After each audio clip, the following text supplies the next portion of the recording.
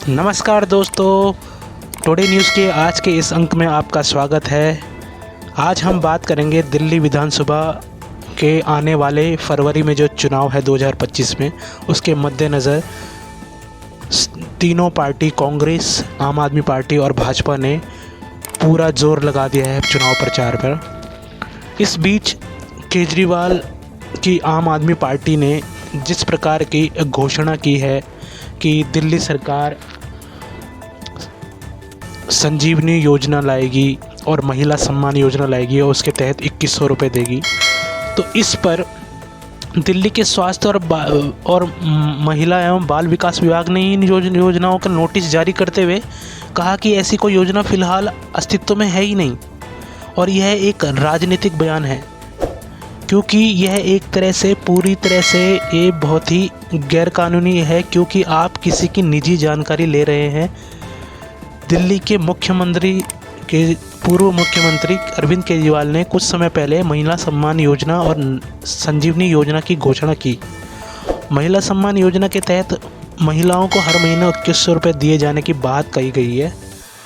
संजीवनी योजना के तहत 60 साल के से ज़्यादा उम्र के बुजुर्गों का मुफ्त इलाज का दावा किया गया है। लेकिन गौरतलब ये है कि जब हमने यह देखा कि केजरीवाल ने जो अपने पुराने वादे किए, जैसे मोहल्ला clinic, world class facility, hospital और शिक्षा के, लेकिन उनके सारे दावों की अगर हकीकत में पड़ताल की जाए तो उन्होंने पूरे इस 10 साल के कार्यकाल में नील बटे सन्नाटे किया है।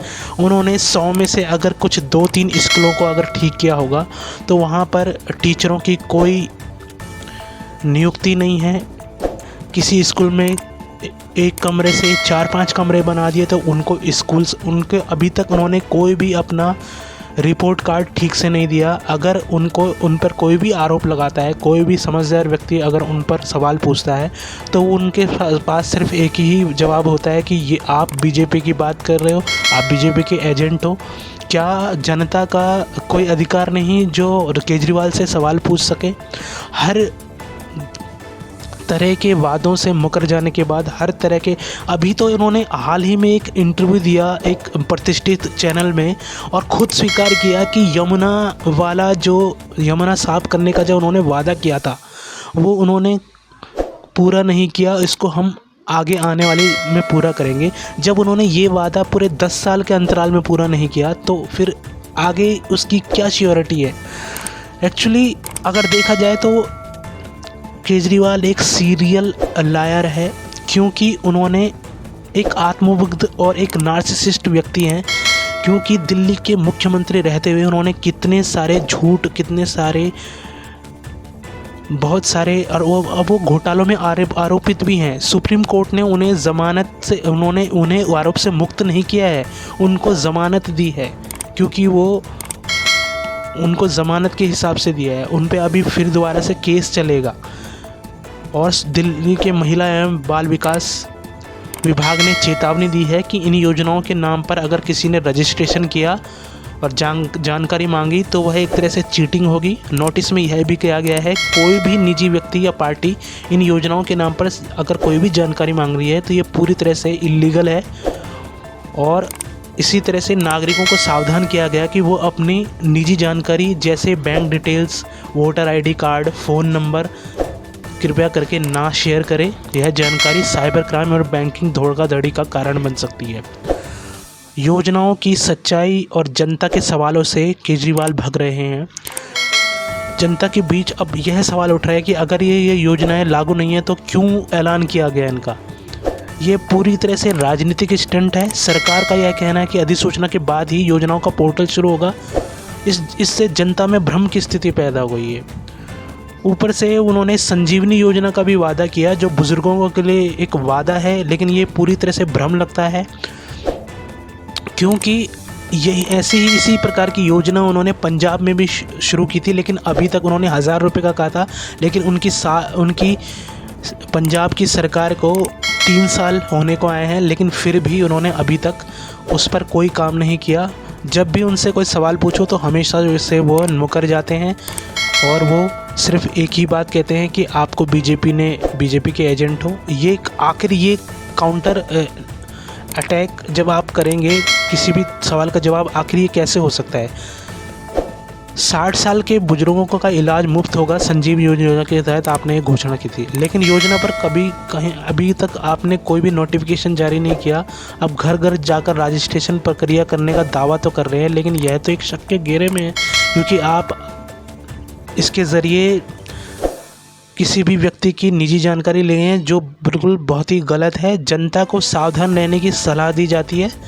और आप गजट का देखिए, आप दिल्ली के स्वास्थ्य विभाग का पूरा नोटिफिकेशन आप अखबार में पढ़ सकते हैं। और उन्होंने नोटिस में कहा है कि किसी भी अनजान पोर्टल व्यक्ति को अपनी जानकारी बिल्कुल शेयर न करें, जब तक सरकार खुद ऑफिशियल रूप से इसकी नोटिफिकेशन पोर्टल पे जारी नहीं करती, तब तक सतर्क रहें।